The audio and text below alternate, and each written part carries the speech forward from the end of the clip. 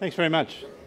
Welcome, everybody. For those of you who don't know me, my name's Tony Schiffman. I'm the Managing Partner of the BDO in Brisbane, and on behalf of our partners and staff, I'd like to welcome you all to our annual federal budget breakfast.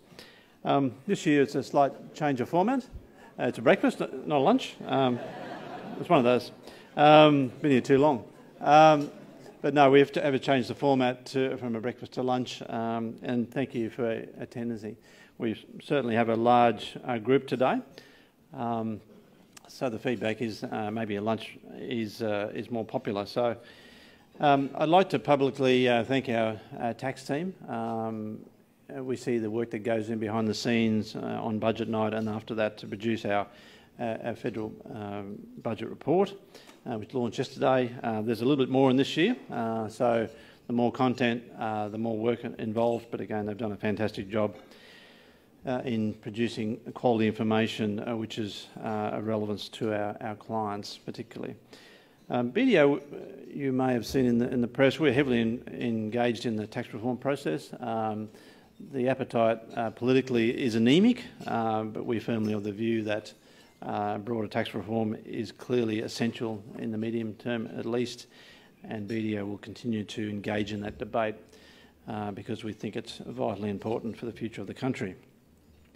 The format for this year is similar.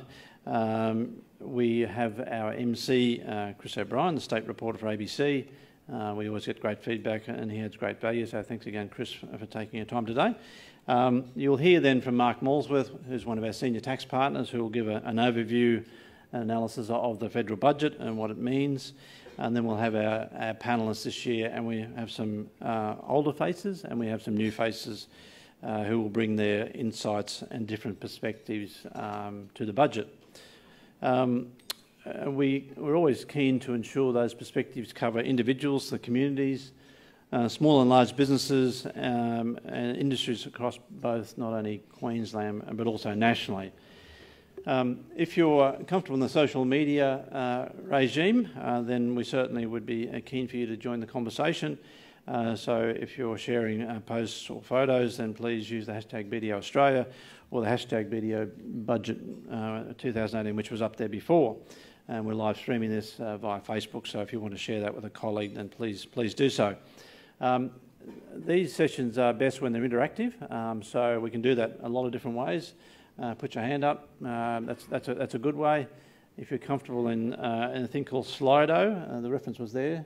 I'm told you won't get into trouble or anything else by using that, so please launch a question at Mark and he will respond to that, or the panellists will respond to that. So as I said, interaction is important, so please do so. So without further ado, I'd like to join me in welcoming Chris O'Brien to the stage. Thank you.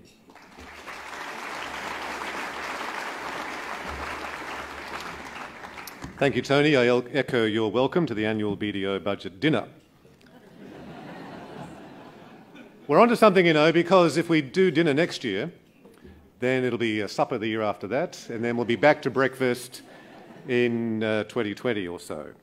Great to be with you. My name is Chris O'Brien. I'm the ABC State Political Reporter, and it is an honour to be with you once again to talk about the federal budget in my workaday life, the federal budget impacts on my job in the sense of getting some state political reaction, and the political reaction is always interesting. We'll get into a bit of that in a moment, but the panel and Mark will also drill down further into some of the other aspects of the budget that you're interested in, that they're interested in, and that way the system goes perfectly well.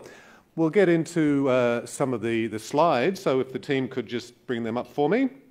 I did love the federal budget cover that Mark and the team came up with this year. You can see the road to simplicity is 53 kilometres away. To tax cuts, that's a bit further away, 431 kilometres away. Competitiveness, that's a long way down the track, 1,423. But real reform is what, from Brisbane to Darwin away? About that. I do love the fact too that the mileage sign we've chosen has a few bullet holes on it. I'm not sure if that's a reference to someone taking pot shots at your work or at the general public taking pot shots at the federal budget. I talked to you about the political reaction. What about the media reaction? It's great to see the front pages of newspapers these days, the next day. In days gone by, the front page of the newspapers would be about drilling down into the nitty-gritty of the budget. Nowadays, it's more about who can come up with the funniest artwork or the funniest clip. And let's begin with the Courier Mail. ScoMo's tax tease. Now, I didn't get that.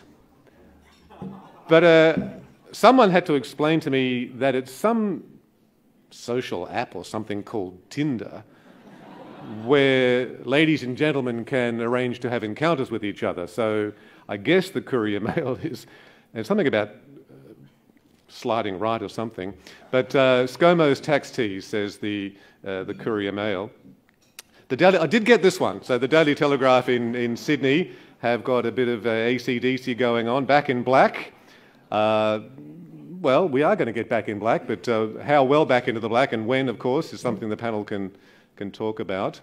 The Australian had a bet each way in terms of a bit of serious broadsheet work, but a nice cartoon. I did get that one too, of course. That's a reference to Marilyn Monroe in The 7-Year Itch, great movie. Stick with me and forget about bracket creep. The panel will talk about that a bit as well.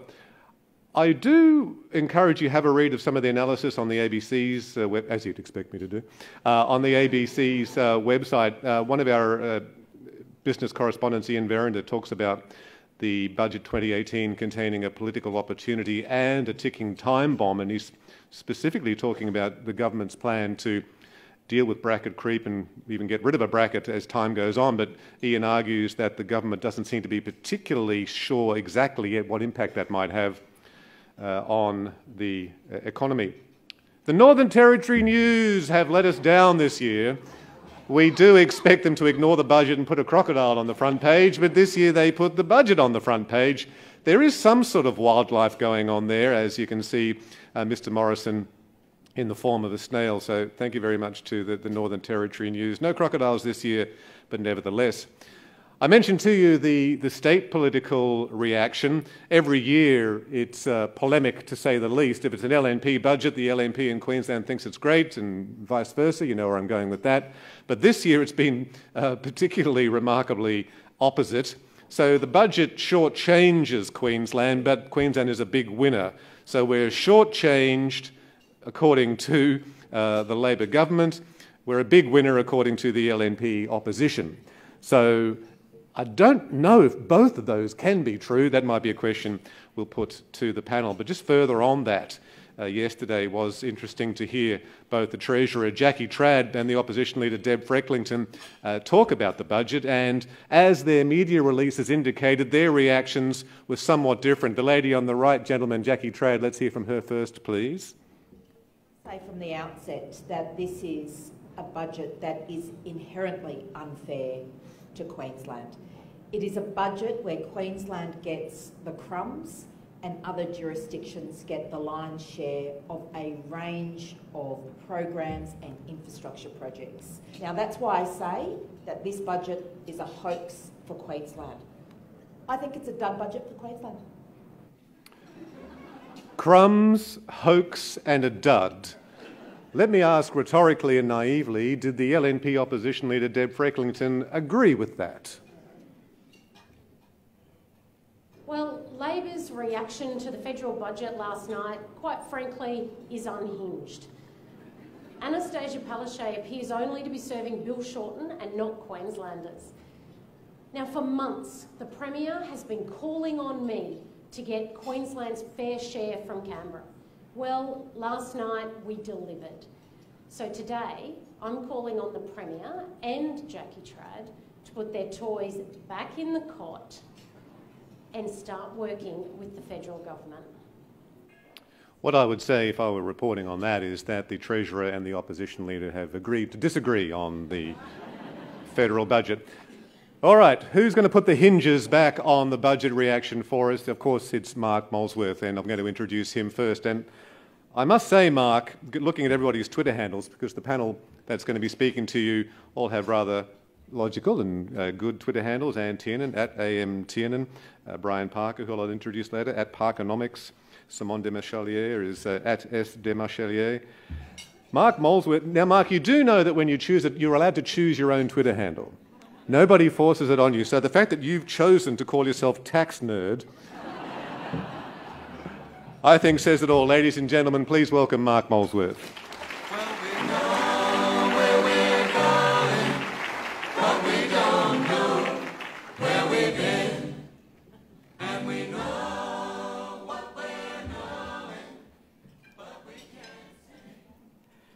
What can I say, Chris? Other than you've got to be famous for something, right? If we could get the slides back on the screen, please, that would be really excellent. For those of you who are students of mid-1980s alternative rock, you may have recognised the tune that was playing as I walked up as being a little one released by Talking Heads called Road to Nowhere. And I stole the subtitle for my first slide from the first couple of lines of it. Do we actually know where we're going? Or more importantly, does the government actually know where we're going? Because our analysis of this year's budget was that it really sets out no pathway to any sort of real tax reform. It sets out no real pathway to making the Australian tax system resilient and putting in place a system that is going to continue to deliver revenue to the government that it needs to spend on all of the spending programs that it has. It has some wonderful headline-catching tax cuts in it. It has a wonderful commitment to tax revenues will never be more than 23.9% of GDP. I don't understand the importance of that last 0.1%, why we can't just call it 24%. I fail to understand. But maybe that's just the tax person in me being happy with rounding. I'm not sure. The measures in this budget, this budget was framed very much in the context of it being a pre-election budget. There are no more budgets before the next election has to be held. The next election has to be held sometime before April next year, so unless the government wants to bring down a mini-budget, there's nothing more. In that context, I think I perceive this budget really to be a very small target budget from a tax point of view. Hand out some tax cuts, don't do much else with the tax system, maybe save a little bit of money here and there, give a whole lot of money to the tax office in order to crack down on tax cheats, which seems to be the welfare cheat du jour, so to speak. Otherwise, don't do too much, because if we put too many real policies out there, then maybe somebody might disagree with them, and wouldn't that be terrible? So, in a big picture, the 2019 budget promises a cash deficit of about $14.5 billion, if everybody's projections and assumptions come true. We return to surplus 1 year ahead of when we were all promised this return to surplus, although it's really about 6 years after we were all originally promised a return to surplus. But leaving that aside, a return to surplus in the 2020 year of about $2.2 billion, which I've got to say, there are some of my audit partners in the room, but out of $400 and something billion in revenue that the government collects, I think that would be called a not material amount. And then surplus is growing thereafter.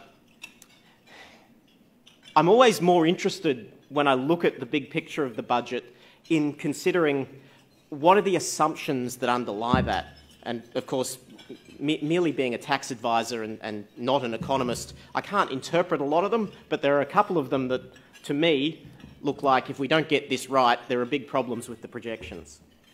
So the first assumption that's in there is that unemployment remains steady at 5.25%. If we assume that that's not right, if that unemployment rate goes up, then because the Australian tax system is so reliant on personal income tax, in fact, more than half of every dollar the government collects comes from individual income tax. Because we are so reliant on that, if that number goes up, that will blow some holes in the government's projections.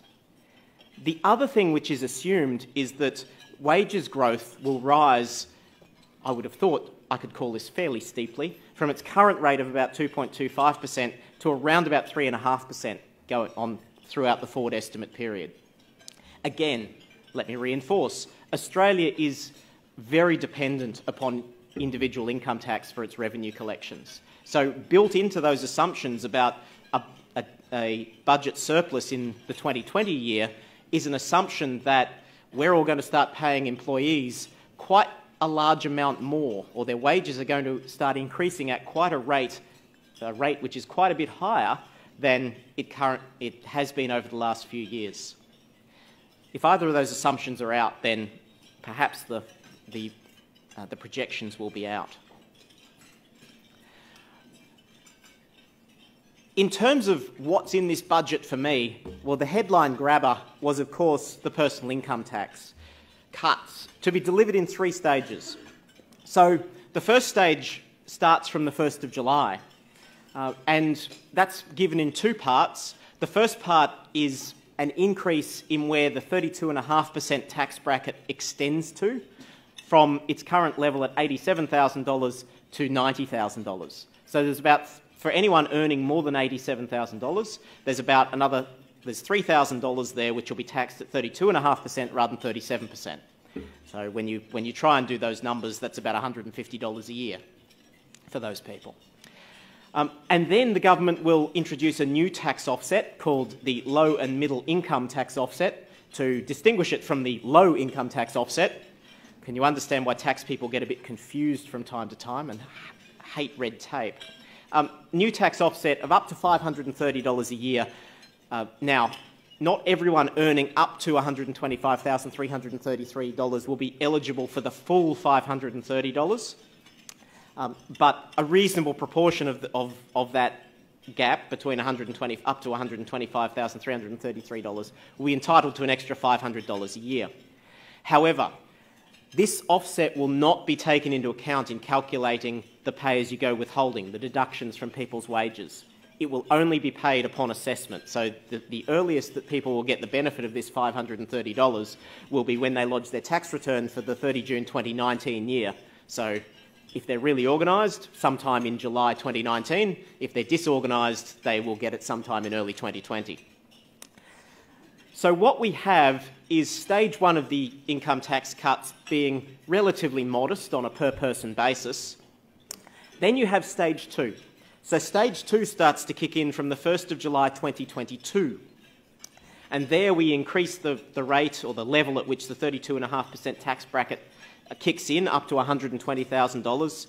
We increase the level at which the 19% tax bracket comes into force from $37,000 to $41,000. And we increase the maximum rate of low-income tax offset. So that's not the one that we're talking about in stage 1, that's the other one that already exists, from $445 to $645. So these tax cuts are targeted really at anyone earning $37,000 or more, but in reality most of the benefit goes to those people in the $90,000 to $120,000 range or above, where they stop paying tax at 37% on that chunk of income and start paying tax at 32.5%. And then stage 3, there's a reduction in the number of tax brackets from the 2025 year of income. So starting on the 1st of July 2024, reduction in the number of the tax brackets with the removal entirely of the 37% bracket. So after that happens, this is the sort of income tax structure that we have. These are the rates and thresholds that we end up with. In reality, for people earning $200,000 a year, in the 2025 year, that's about a $7,000 a year difference in tax payable between what they're paying today and what they'll be paying in the 2025 year. Now, I would hasten to mention that the 2025 year is actually 2 electoral cycles away. So if you believe that you're going to see this, then you'll be pleased to also know that, confidentially, I act for Santa Claus, and he has some CBD property that he's very willing to get rid of to you for a very cheap price. The government just couldn't help itself. It changes the superannuation system every year. So we had to have some changes to the superannuation system. It wouldn't feel right if I was up here talking about the budget and not talking about the superannuation system. Fortunately, from the point of view of individuals, these changes are relatively modest. and probably mostly positive. From the point of view of larger superannuation funds, yet again, they're going to have to make adjustments to their administration systems, and so their administrative costs are going to go up. Of course, superannuation funds, even the not-for-profit ones, want to recover their costs. So what happens when you increase the cost of administering a superannuation fund is you reduce returns to the superannuants, to the members. So there are a couple of changes here that may, at the very marginally, impact on members' returns. What's happening is for small balances, so balances in superannuation of $6,000 or less, there will be a cap on the level of passive fees and an opt-in arrangement for life insurance. So in other words, the government is trying to reduce the number of costs that are being charged to low balance members so that their low balances don't get eroded by passive investment fees and life insurance that the people probably don't know they have and probably don't want because they're insured elsewhere. The other thing that will happen is for those low balance accounts, less than $6,000, if they're inactive for 13 months or more, the money will get returned to the government, and the tax office will then try and link up that balance for that member with their other accounts. Does that sound like the expropriation of property? Let's not go there. The other thing that is I would think is a positive for most members is that exit fees charged by superannuation funds will be banned in their entirety. The next change which has been proposed is actually quite a positive one. And it's going to allow high salaried employees, people earning over about $260,000 a year, with multiple employers to opt out of superannuation guarantee contributions from some of their employers. Probably not all of them. They'll probably have to have at least one employer that still makes superannuation guarantee contributions for them. But the idea, or the issue that the government has discovered that we've been pointing out to them for the last 5 years is that there is a $25,000 cap on concessional contributions. But if you happen to be a high income earner earning a high salary from more than one employer, then the superannuation guarantee that each employer has to contribute for you actually in total adds up to more than $25,000 a year. And so those people had no way of preventing themselves going over the $25,000 concessional contributions cap, and what happens if you do that is that the tax office comes along and says, hey, you need to take that money out and you need to pay tax on it. So there will be the ability for high income earners with multiple employers to opt out of the SGC arrangements from some of their employers. There are a couple of changes being proposed for self-managed superannuation funds. So it's proposed that self-managed superannuation funds will be allowed to have up to 6 members. Currently the maximum is 4. The idea is that you'll be able to get mum, dad and up to 4 kids into the one fund, or potentially up to 6 co-business owners, but that's very unusual that that would happen.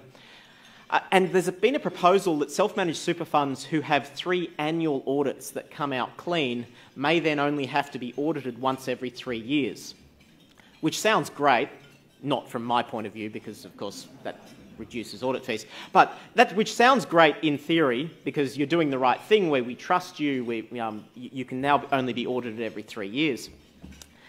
Of course, the issue is that the annual audit process can sometimes turn up non-compliance with the superannuation regime, with the requirements in the law that you not do certain things or that you do certain things. And for most people, that's a positive. The auditor turns up this what's called a contravention. Okay, it's a contravention, but we fix it. We get it right. If the auditor's only coming to visit once every 3 years and we've had a contravention outstanding for 3 years, the tax office might not be very pleased about that when it's finally notified of it. And if the tax office gets not very pleased with you in a superannuation context, they have a range of powers, including banning the trustees of the self-managed fund from ever acting as a trustee of a superannuation fund again, or indeed declaring the entire fund to be non-complying, which means that the tax rate on the fund is 47% of its gross assets, not of its income, of its entire asset base. That is not a good outcome. So if people are going to choose to only be audited once every 3 years, we'd better make sure that there are processes in place so that the governance of the fund means that it never hits a contravention point.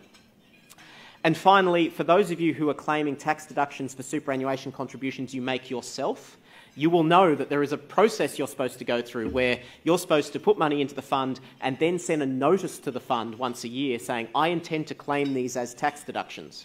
Well, apparently the tax office has worked out that some people aren't sending those notices in. So there is more money in the budget for notice of intent enforcement. So if you are in that situation, make sure you do your paperwork.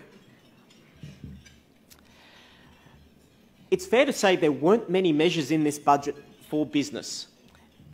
And the two measures, well, there are two major measures in this budget for business, one of which is almost certainly negative. There are going to be a few very, very exclusive cases where it's positive, and one of which is positive, but it's a bit of a, it's okay, but there's not a lot of value in it for business. So the one that's negative is the research and development tax incentive overhaul. So at the moment, if you are a company with a turnover of less than $20 million and you undertake research and development, you get a benefit where you can turn that research and development expenditure into a cash refund of 43.5% of the dollars that you spend. The government is proposing to change that from the 1st of July this year so that the benefit is 13.5% above the company tax rate. So the company tax rate for a company with a turnover of less than $20 million should in most instances be 27.5% plus 13.5%. Sorry, I'm a tax person, I can't add up in my head, but I think that's a 41% benefit. So as opposed to the current 43.5% benefit, we're going down to a 41% benefit. But you're still getting 41 cents in the dollar cash in your pocket. It's probably not the end of the world. Bit of a trim there. If you happen to be receiving very large cash refunds from the R&D tax incentive, they will now be capped at $4 million annually. Okay, so the actual refund you get in your pocket will be capped at $4 million. If you have more benefit than that, you'll be allowed to carry that forward until you eventually make some taxable income, have to pay some tax, and then you'll get to offset it. But the cash refund will be capped at $4 million per company per year. If your turnover is more than $20 million, then I've got some fairly disturbing news for most of you. The benefit that you get out of the R&D tax incentive is now going to be tied to what's called your R&D intensity. And your R&D intensity is your research and development expenditure as a percentage of your overall expenditure for the year. So just that simple proportion, that simple percentage. And your benefit scales up as your intensity scales up. But this is a little bit like the marginal rate system for individual taxpayers. It is always the case that for your R&D expenditure, equivalent to your first 2% of total expenditure, your R&D benefit will be 4%. It doesn't matter how much R&D expenditure you make, it doesn't matter what your total intensity is, the first part of your R&D claim, up to 2% of your total expenditure, that R&D expenditure will give you a benefit of 4%. If your R&D spend is more than 2% of total expenses, then the next 3% of total expenses, so the amount equivalent to the next 3% of total expenses, will be eligible for a benefit of 6.5%, and so on and so forth. So on the next 5% so for the R&D, the amount of your R&D claim that is equivalent to the next 5% of your total expenditure, your benefit will be 9%. And then if you are spending more than 10% of your total expenditure on R&D, then the bit that is in excess of 10% of your total expenditure will get a 12.5% benefit. Now, first of all, that's massively complex, but let's turn back. The benefit at the moment for a company with a turnover of more than $20 million is 8.5%. So unless you have a very large amount of R&D expenditure as a percentage of your total expenditure, so in other words, unless you are spending well and truly more than 10% of your total expenditure on R&D, your rate of benefit will go down, almost for sure. If you happen to be one of those very lucky companies which is spending 20% of their total expenditure on research and development, One can think of a few companies that might be doing that, large technology companies probably, large biotech companies probably, but not many others. Then your rate of benefit is going to go down, and it's probably going to go down fairly savagely. There will be large numbers of manufacturing companies, there will be large numbers of other companies that are in high turnover, low margin businesses where their R&D expenditure will struggle to get to 2% of expenditure. It's still important to them, but the rate of benefit, the rate of support they get from the government will more than halve in those circumstances. It also seems somewhat unfair because two R&D projects which are more or less exactly the same, being run by two different companies, attract a different rate of benefit depending upon what the other total expenditure in those companies is. That doesn't seem to be supporting research and development. This government was supposed to be the innovation government, was it not? This is really, for most in-industry R&D, ripping the guts out of the R&D tax incentive. There are some other business measures in the budget, not of great import, but there are some. The instant asset write-off for small businesses, so this allows small businesses to write off assets they acquire worth up to $20,000 immediately, has been extended by another 12 months. It was supposed to end at 30 June this year. It's been extended to 30 June 2019. These year-on-year extensions are beginning to get a little bit old, frankly. If we can put the policy setting in place so that small business knows what sort of benefit it's going to get out of expenditure years in advance, that's probably better for small businesses' projections of what they're going to spend, their planning processes. For anyone who's holding vacant land with the intention of doing something income-producing with it in the future, this budget has potentially bad news for you. The government is going to deny tax deductions to anyone holding vacant land who is not carrying on a business. So, your garden variety property developer will probably be okay. They'll be carrying on a business. They'll probably get to claim their deductions in respect of the vacant land. So these are things like interest on borrowings to buy the land, land tax, rates, all those other sorts of costs that you have when you are just holding vacant land. If you're not in business, all of those will be denied. So this will, I think, it's not badged as such, but I think this is really just another attempt to deal with housing affordability, I think. There is no, how would I say, there is no clear policy platform underpinning this announcement. There is just nothing other than we don't like it, so we're going to stop it. So if you happen to be holding vacant land, you may be denied your deductions. For anyone who's running a managed investment trust or an attribution managed investment trust, a MIT or an AMIT, and if you are, you'll know, those of you in the room who are will know who you are. There is going to be a removal of the CGT discount for MITs and AMITs in respect of payments made to foreign investors. Okay? The reason for this is that at the moment foreign investors suffer either a 15% or a 30% withholding tax on payments out of managed funds, but that's calculated based upon the taxable distribution. And at the moment, the managed fund can claim the CGT discount, so it halves its capital gains and then say the taxable distribution is to the non-residents only half. That's being changed so that non-resident investors will get the withholding tax charged on the full amount of the capital gain. Resident investors don't have to worry. You will still get your CGT discount when the funds come out to you. And for those of you who operate private companies, Division 7A, there has been a proposal hanging around for at least the last two budgets to amend Division 7A, to modernise it, to bring it perhaps into the late part of the 20th century, if not the 21st century, which was proposed to start from the 1st of July 2018. Unfortunately, with all of the other things it's been doing, the Department of Treasury and the government haven't been able to get that legislation drafted yet, so the start date has been deferred till the 1st of July 2019, but there are some changes coming which deal with the interaction between private companies and private trusts. And if you're in that situation, there will be changes about to happen with that from the 1st of July 2019. Other things that might affect businesses, the thin capitalisation provisions which prevent or limit deductions for taxpayers who are foreign-owned or have foreign subsidiaries are being changed to limit the circumstances in which revaluations can be used to increase the amount of interest that is deductible. For those people who are involved with organisations with a turnover of more than $1 billion a year, the definition of significant global entity is being extended to make sure that it captures everyone the government thought it was capturing the first time round, but suddenly realised that the legislation didn't quite get there.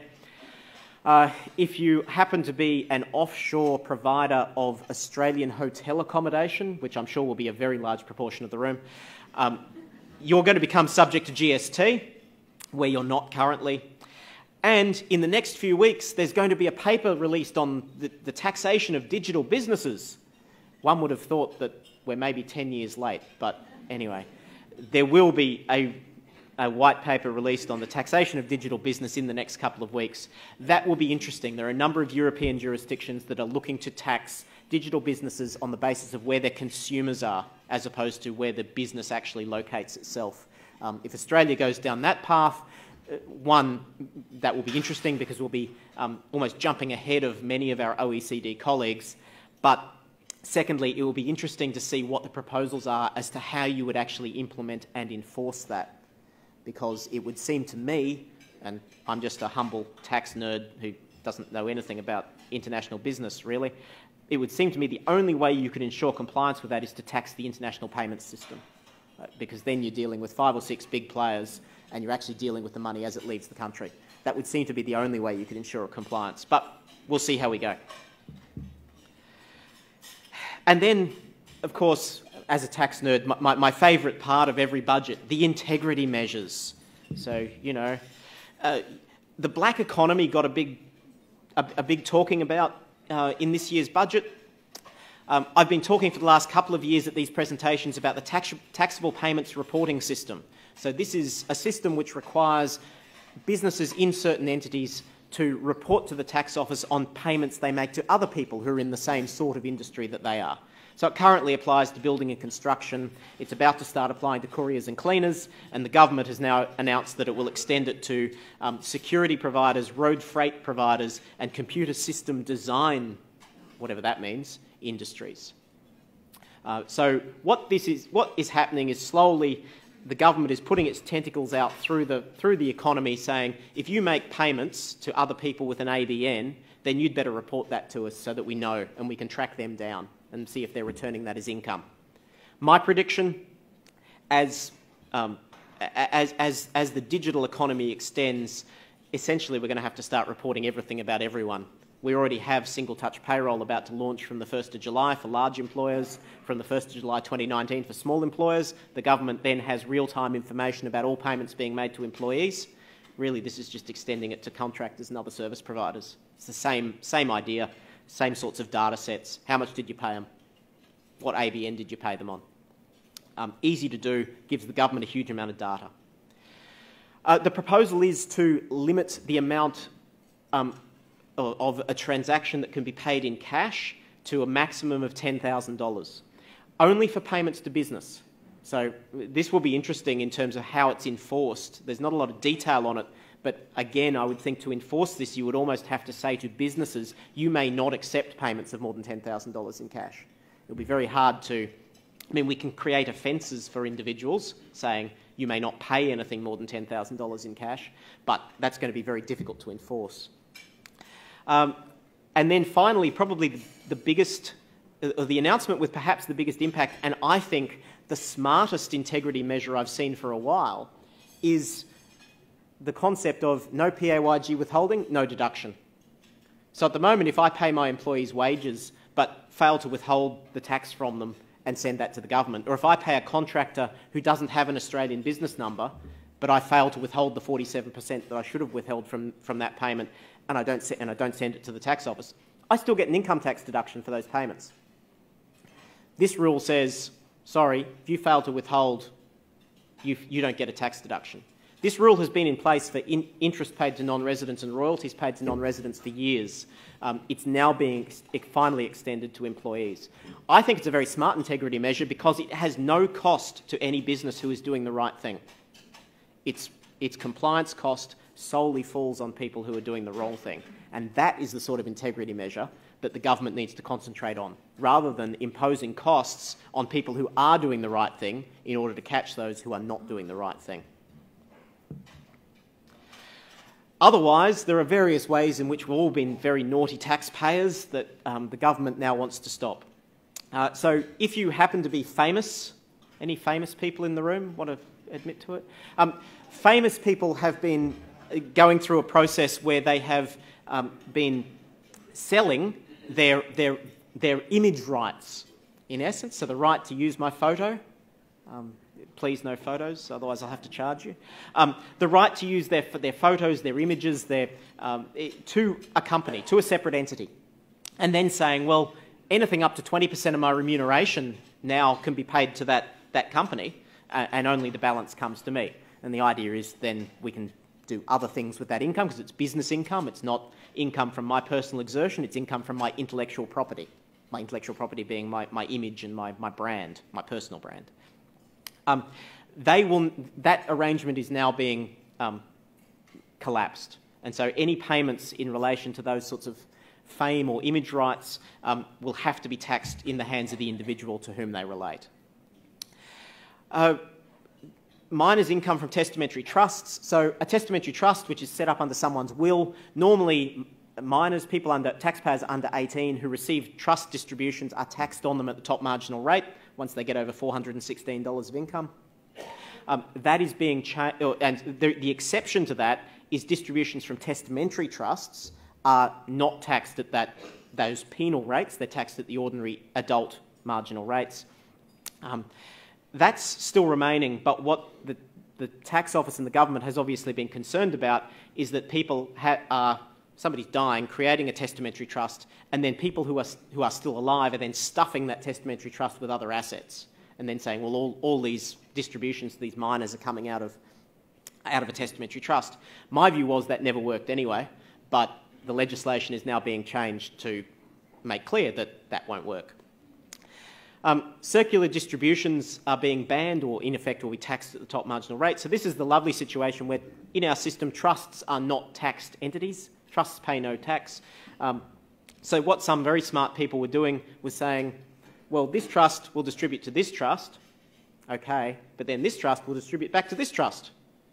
And then back it goes, and back it goes, and back it goes, and back it goes. And it never gets to anyone who's taxed on it. Again, I thought that was somewhat aggressive and likely to be smashed by the tax office were they ever to find it. But apparently we now need new law to deal with it.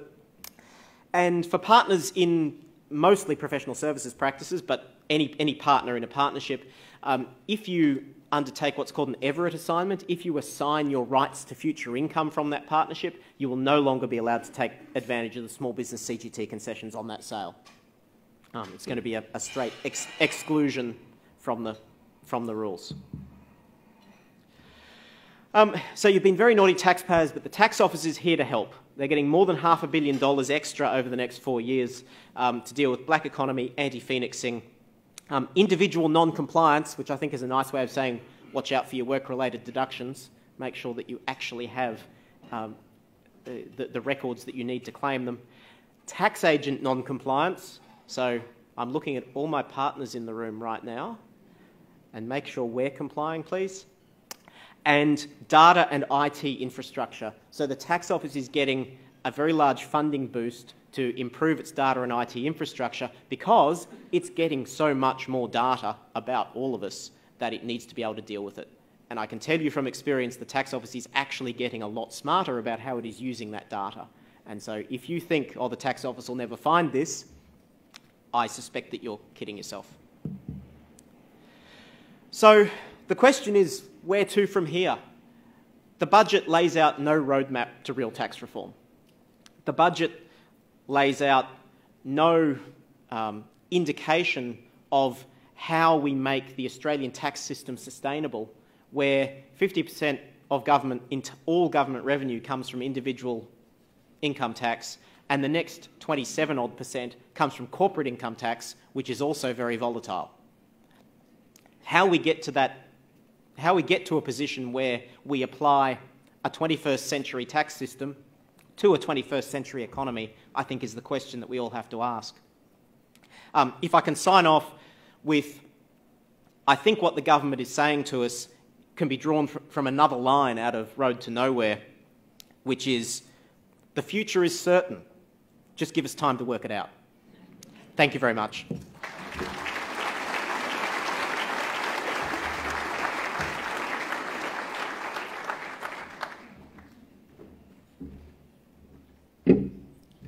Thank you, Mark, and thank you for that insight into your 1980s music tastes, not to mention your insights into the budget. Yes, the panel will come up, and as they're coming up, I'll get them to take a seat and pour yourself some water, make yourself comfortable, sit back, relax, everybody is friends here. You know, one thing we haven't really talked about is the fact that your government proposes in the year 2018-19 to spend $488.6 billion of your money. So basically that's what it's all about. They've released a document to tell you that how they propose to spend $488.6 billion of your money, and you can ask questions of this panel about whether they have released a good document about how to spend that. What I'm going to do is introduce each... oh, Anne, you sat in the first chair. You know what that means? Oh, no, I went the wrong way. You did too. I avoid 2 marks. All right, all right. Well, we'll swap. Okay, I think you better do that, because whoever's sitting there gets to go I was first. going from the wrong end. Never mind. You'll do. Ladies and gentlemen, I'm going to introduce each panellist one at a time, and then you can welcome them and I'll ask them to make an opening comment. So, after that very subtle little switch there, the first person I'm going to introduce to you is Mark Henley. Mark Henley is the CEO of the Queensland Council of Social Service, Queensland's leading force for social change to eliminate poverty and disadvantage. Mark's professional background is an accountant. He then moved to the community services sector with the Spinal Injuries Association. He's had 28 years of experience in the community services sector. We've had him before. He's great value, and good to hear from you again. Please welcome Mark Henley. What are your opening thoughts, Mark? Thanks, Chris. I'll start with the positive. There is some good things around the aged care, which is wonderful to hear. And I do struggle, and I think a lot of people who work in the community services sector, and I know it's not restricted to the people who work in the community services sector, that this is a really divisive policy that's going on around people who are unemployed, have lost their jobs. On the back of the GFC, most of the people who are long-term unemployed, I think it's about 70% of people who are now long-term unemployed, lost their jobs on the back of the GFC. So you'd have to relate it to the fact that there are a lot of people through some part of their career that lost their jobs and have struggled to get back into the workforce. The divisive piece comes on the fact that for now 24 years there's been no change in New Start, which is what people would refer to as Centrelink, and the government keeps talking about getting people off welfare. We just need to realise that people who are unemployed are only 7% of the payments go to people who are unemployed, of all the welfare bill. So it's only a small component of when the government talks about getting people off welfare, and whether you want to call them lifters or leaners or whatever it might be. No change in 24 years, now about 40% of the minimum wage, and we know that people can't live on the minimum wage, and certainly for a lot of single-parent families bring children up. We have a real problem that the government fails to understand that that's an issue that needs to be addressed. We've got the Business Council of Australia asking for change. We've got Deloitte's Access Economics. For the first time ever, we have broader communities'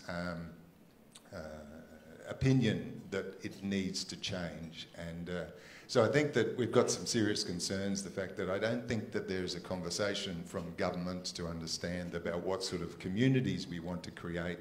Don't keep demonising people who are struggling, particularly if you've got Aboriginal or Torres Strait Islander background, a refugee background, of a disability, you are less likely to be employed by people, and that's part of this, just the general statistic. Just one thing, NDIS, one of the best policies of recent times. It didn't come from government, it came from the community. Best policies, absolutely appalling execution in many respects, and people are being failed left, right and centre in that space. So we've got some real challenges, I think, with just general policy across by government. Thank you, Mark. Anne Tiernan is a professor in the School of Government and International Relations, Director of the Policy Innovation Hub and Dean of Engagement at Griffith Business School, or PSGIRDPHDEGBS. A political scientist who had earlier careers in government in the Commonwealth and Queensland, as well as teaching and consultancy, and is respected for her independent, professional and research-informed analysis, with which she will now bless us. Good to hear from you, Anne. Thanks, Chris, I think. And Tony, I just want to empathise with the change of time and venue, because it must be really the academic that I feared becoming, that, you know, I was trying to get to the other end, but I was trying to avoid 2 marks, which is what the challenge that we had last year. But anyway, so my focus is probably on the politics of the budget. And when I talk about the politics of the budget, you know, broadly connoted. I mean, you were minding our own business, ingesting the budget commentary yesterday when the High Court triggered another one of those days in Australian politics of wild treachery and weirdness. And so we've got, you know, the prospect now, we've had 4 resignations and the prospect of 5 by-elections. And I think what matters about that really is the atmospherics in question time this afternoon.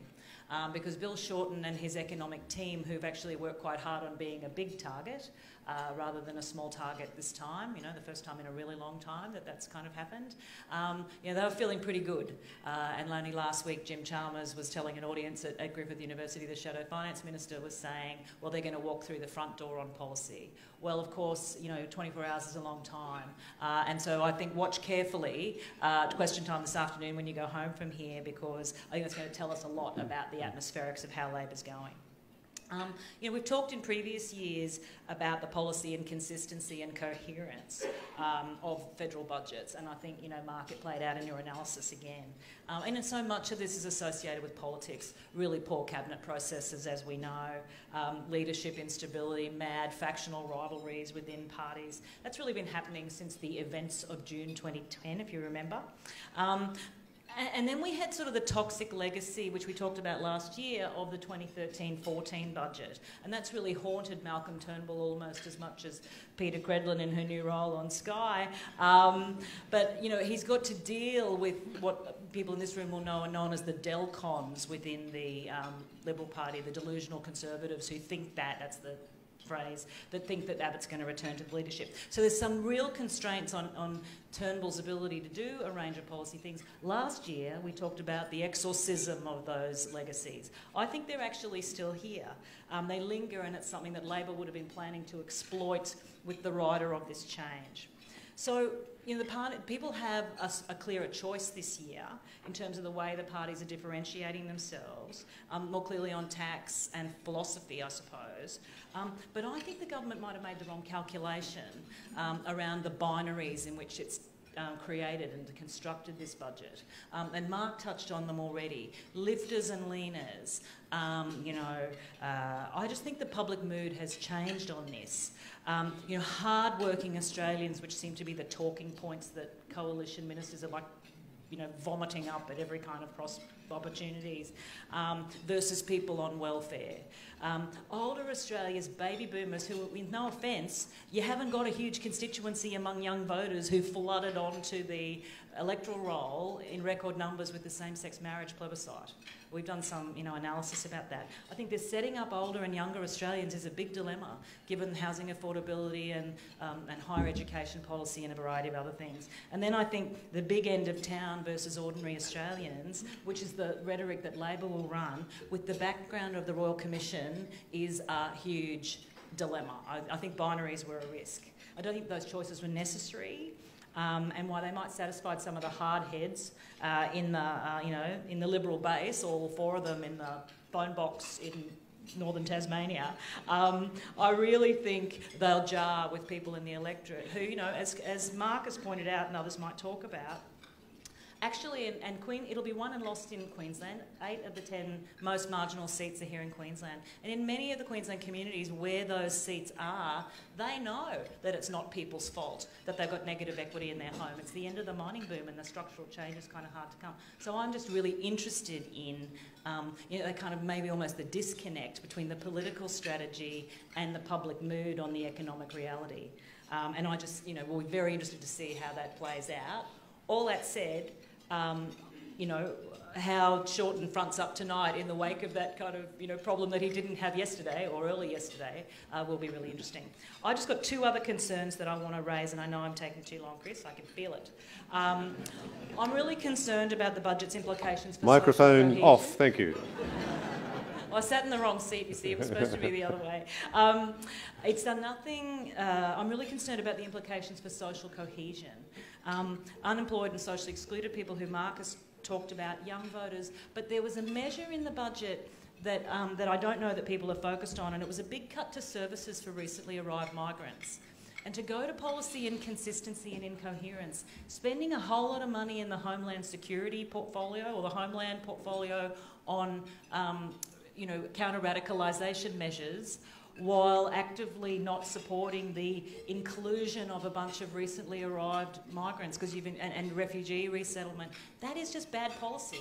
It's just bad policy, whatever you think about the numbers coming in. I also think the budget's done nothing to address the democratic disengagement and the loss of trust that we're seeing on sort of so many things. So I think it'll just be really interesting to see whether and the extent to which the political elite is out of step with the public mood and a more kind of, who don't think in binaries really, and who actually, you know, Turnbull promised us a more sophisticated analysis. You know, I hope it comes before the third tranche of the tax cuts. Thank you, Anne. Earlier when Tony referred to Mark, Anne and Mark as the old faces, he did of course mean the experienced faces. So now to move on to the newer faces joining us today, and I'd like to introduce you to Brian Parker. Brian is Chief Economist at SunSuper, with extensive experience in economics and investment markets spanning over 26 years. Prior to that, he held position of Head of Portfolio Specialists for NAB Asset Management. Please welcome Brian.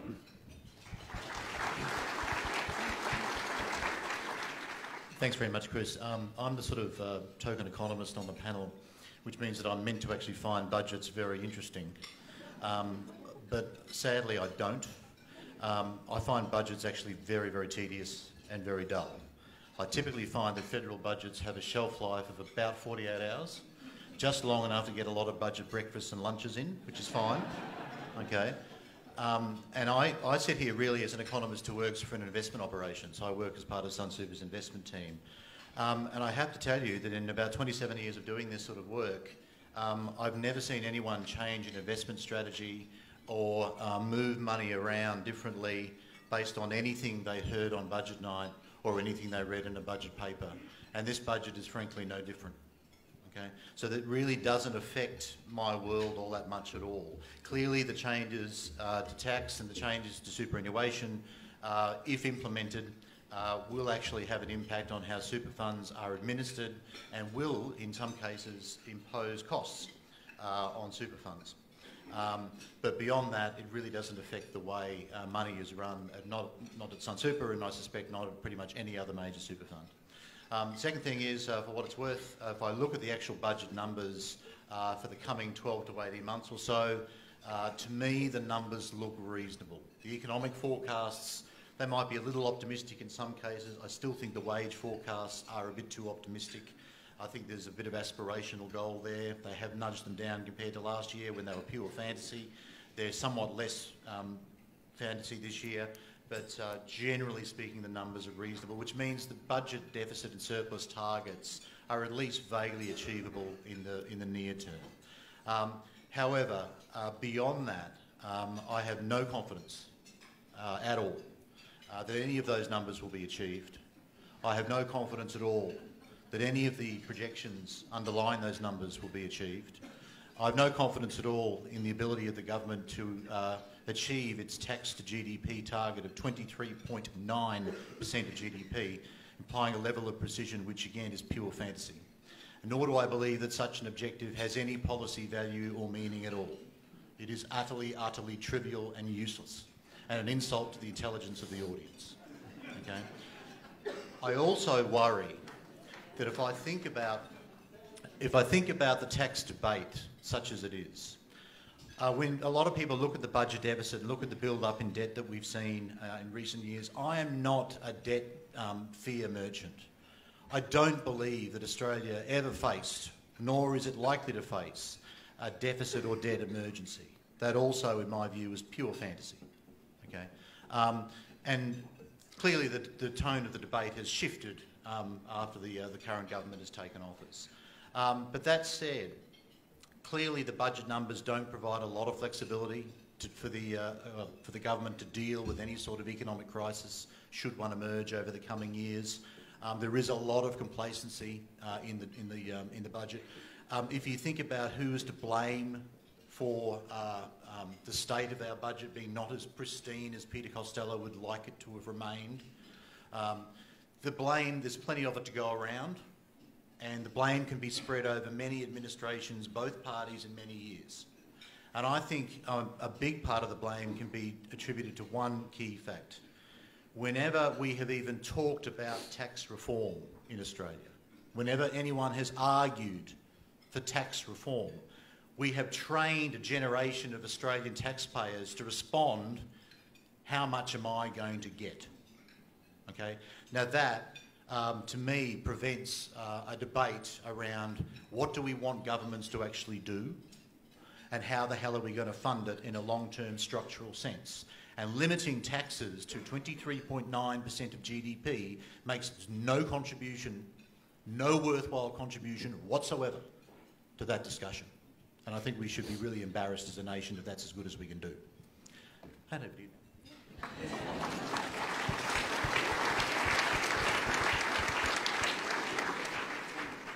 Thank you very kindly, Brian, for putting the uselessness of budgets into stark perspective for us. I'm not quite sure what we're doing here now. It's a nice lunch, though. But we will plough ahead. Ladies and gentlemen, let me introduce you to Simone Desmarchelier. Simone is an independent advisor to business, in particular those with an interest in Europe and Australia. For over 25 years, Simone has advised leading Australian and international companies in a range of capacities. Simone is non-executive director of the Queensland Investment Corporation, among other things. And to see if she thinks budgets are any good or not, please welcome Simone. Thank you. Thank you, Chris. Well, I have to say, Brian, not because Sun Super is an excellent client of QIC's, but I think that we have... I think you and our chief economist seem to be agreeing on a number of things in relation to this budget, but for somebody who thinks it's quite boring, you're quite passionate about it. So I don't know if I can bring as much passion to bear around the budget. I tend to look at budget from a slightly different perspective, not being an economist or an accountant or a tax advisor. I always see what's the impact for me personally, and obviously tax cuts, which sound very, very exciting and sound very interesting, but when the reality comes down, it's probably an extra cup of coffee a week for most people. I think the tax cuts, again, a missed opportunity. It's a very good election budget. It's a sort of a nice, safe, nice headlines. It sounds very good, but when you dig down deeper, most of the benefits that are in there, or the supposed benefits around either personal tax rates or corporate tax rates, won't even really kick into effect beyond forward estimates. So it's a lovely thing to say, but I'd like to see if this government is still around when the full impact is heard in about 2023, 2024. Looking then from how it impacts companies that I advise to and that I work with, such as QIC. Infrastructure, obviously, is front of the line in terms of our investment and our division in infrastructure at QIC, but also in terms of the amount of investment that comes in from overseas into Australia in infrastructure. Again, it's a really interesting and lovely headline number, 24 billion, and then there's the discussion around 75 billion over 10 years. But last year's budget, I think, was 70 billion over 10 years. And again, a number of the projects that were talked about then are still being talked about this year. Again, good numbers. It sounds great as a headline, but I've had quite a bit of difficulty since yesterday morning digging down through various websites from the Infrastructure Department, Infrastructure Partnerships Australia, Infrastructure Australia itself, and through the budget papers to actually see at what stage, at what time is this money being given? When will it actually be a grant and be funded? A lot of it is in the 10-year plan, and again, way beyond forward estimates. So what will be the impact? Will the money actually be seen? The other figures to take into account is the fact that whilst as a headline number, these numbers around funding sound very good, the actual grant, the actual money that is being given versus that which is being done as a financing or other instrument by the government has actually gone down.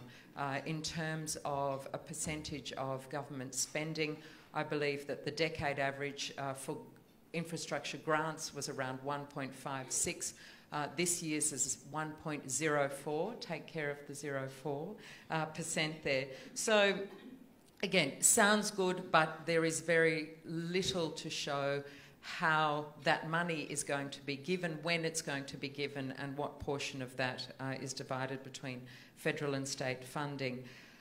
On infrastructure, and again tied into foreign investment, if the government really is committed to infrastructure investment, then it needs to also be committed to foreign investment. And I think there are a number of things in this budget which will impact the attractiveness of Australia as an investment destination for foreign investors and sovereign wealth funds and pension funds. And the standout in this is the stapled securities and the fact that the concession over the withholding tax within that was going to be, has been 15% for foreign investors, will now go up to 30%. Whilst, yes, there are transitionary periods, I think around up to 15 years for this, the messaging again is, we want your money. Oh, well, actually, no, we possibly don't want your money, because anything that was going to be advantageous to you in investing in Australia, in infrastructure, is now less advantageous. That in the end means that we may or may not, but more likely will lose some foreign investment into our infrastructure funds, which then of course means the value of those starts to drive down. From a personal perspective, I was interested, I'm the mother of a young boy, and I was interested in the childcare and the families package. Again, it sounded wonderful. It is simplified. There's one term. I never understood the difference between the benefit and the rebate. I only worked out that at the end of the day, I got a certain amount back. It seems quite simple now in terms of the fact that once you've calculated, you get one amount. But I question again, really, how is that going to help and impact? I tried to do the calculation last night and I gave up after half an hour. I still haven't worked out if I'm better off or worse off than I was under the old system. There's possibly another missed opportunity here of assisting families by increasing the work participation rate. Obviously, this is more for working mothers, but I think it's a parental participation rate, so it can be a male and female one, and that is around increasing immigration, perhaps having categories around unskilled workers, which would then allow more help, people, you know, such as me and such as other people in the room, not having to rely either just on families or just on after-school care or vacation care, but being able to give work to an overseas nanny or an overseas helper, and allowing then those parents to be able to participate more fully in the workforce and contribute to the government's revenue with more taxes. Thank you, Simone. We're going to try and wrap up at around 1:45, so not too long away now, which will leave you enough time to get away comfortably, but also to have a chat amongst yourselves. So we will throw the panel open now to some questions. If you're feeling shy, you can do it electronically. Slido.com on your device. You can send us a good question, but if you're confident to stand up in the room, we'd love to hear from you personally. And we are getting close to time already, so I will throw straight over to you now. Is there anybody here who would like to get the ball rolling with a question to the panel?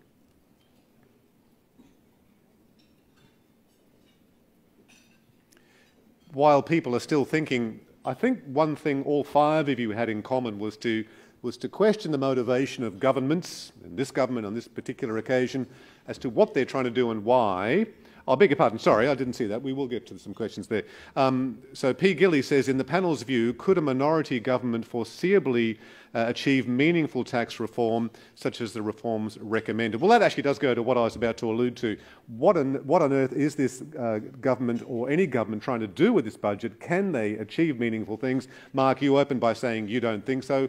The other members of the panel have questioned really the motivation of governments in these kinds of situations. Mark Henley, what do you think? No, I don't think so. I think... sorry, I keep looking at all these different questions in front of us. That meaningful reform, I mean... meaningful reform, absolutely beyond governments at this point in time. And I look to the national partnership agreements that were, some of them that have been in place for the last particularly 5 or 10 years, and we see a federal government that's withdrawing from them one by one. Some of the best things that have happened over the last 10 years has been where governments work together, and this is where I see that things like meaningful tax reform is just, it's unachievable because they think it's too hard, too big.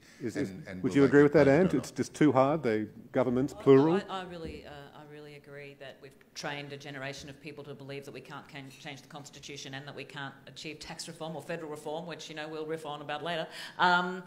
I think Labor has a package of tax reforms that it's talked about, and it'll be very interesting to see whether their calculation that people are up for a debate is the right one, because it'll be the mother of all scare campaigns around that, I think.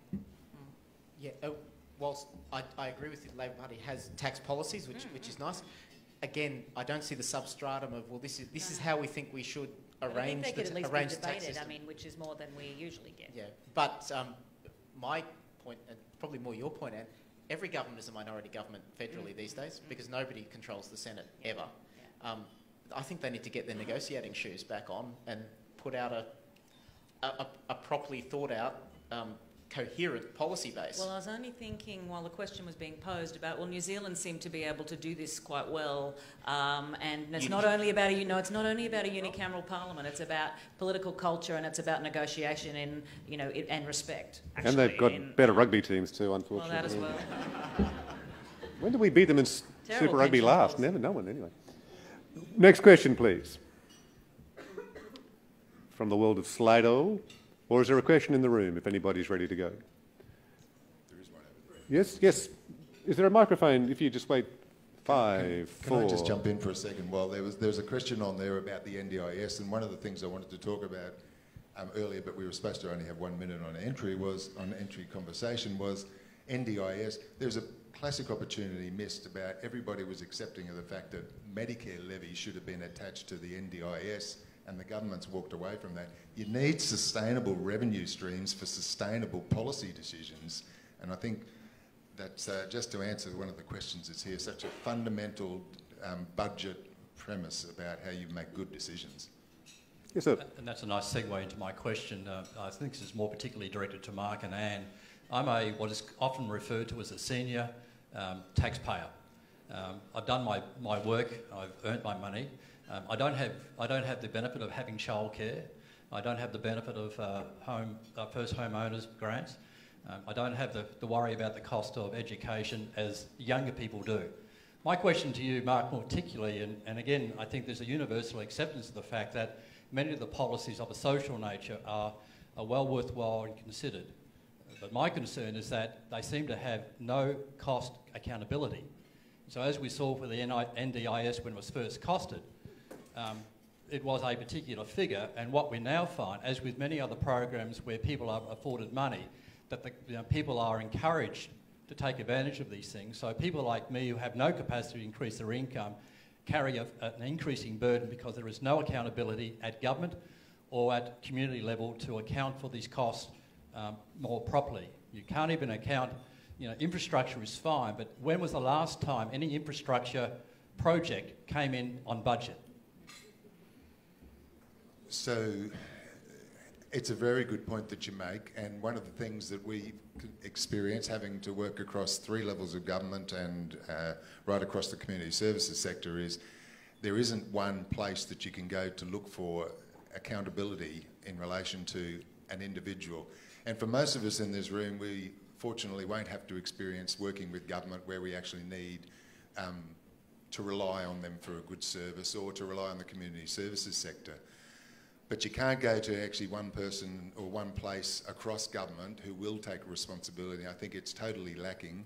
I think this is where, from a perspective of as a country, and whether it's a state or even as communities, we have no vision about what we're looking to. We're not actually looking to the fact that women over the age of 55 are the highest numbers going into homelessness.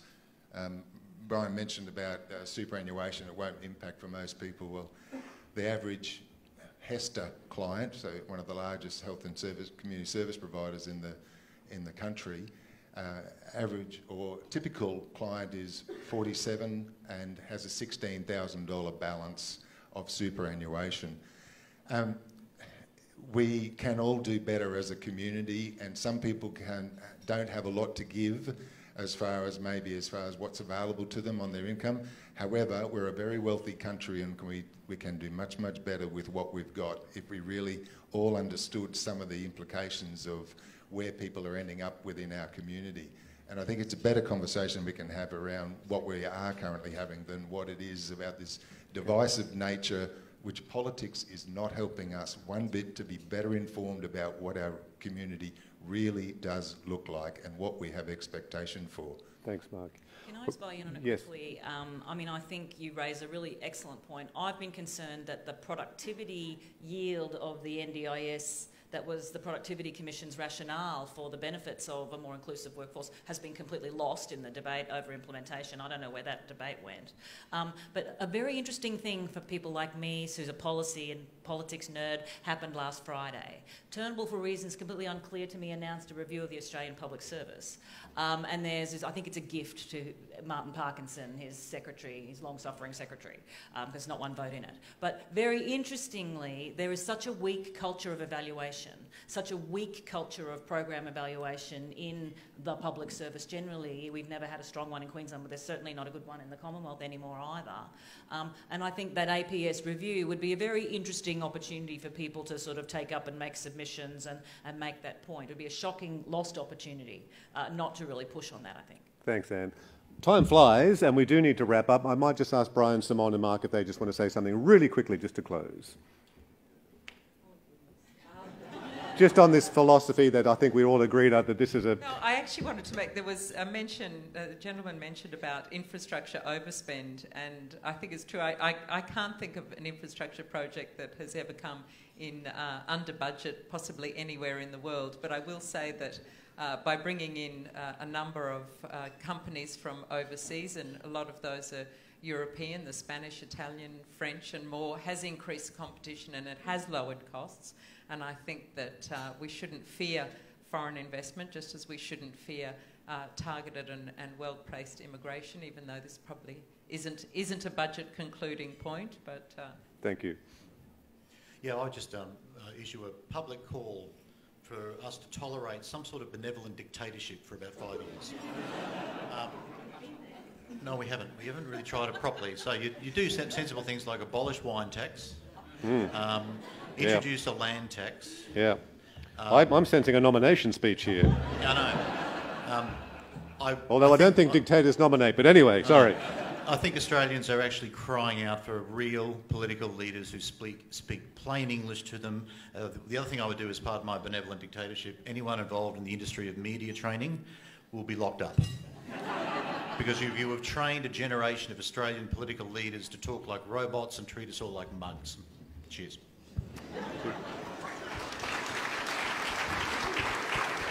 I think we will leave it there. Would you please thank Mark and Brian, Simone and Mark. Here's Tony.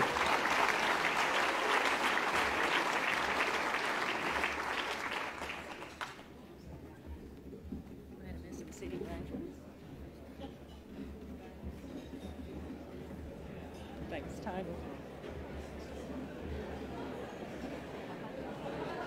Well, ladies and gentlemen, just a quick wrap up. I'd like to take a few quick thank yous. Firstly to MC Chris O'Brien.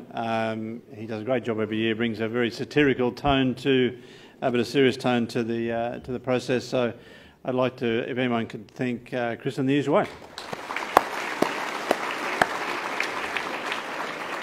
And to our panellists, again, thank you. As I said at the outset, our intention is to bring a diversity of views, and I think we achieved that today. You brought your knowledge analysis of the events of the last week, not just the budget, and I'm sure these are greatly appreciated to everyone here today. So thank you, Anne, Simon, Brian, and the two Marks. Could everyone thank them as well, please? And for all our guests, in the coming days, you'll get another email from us, which will have a link to today's film, and so you'll be able to check back on things if you have any questions. Alternatively, you can certainly ask any of the BDO team. We'll also be keen to get your feedback, because we do rely on that to see how we might enhance these events in the future. So thank you again for everyone who attended. Your time is valuable. But we do appreciate everyone taking the time to be with us today, and we certainly look forward to seeing you at the next BDO event in the near future. Thank you.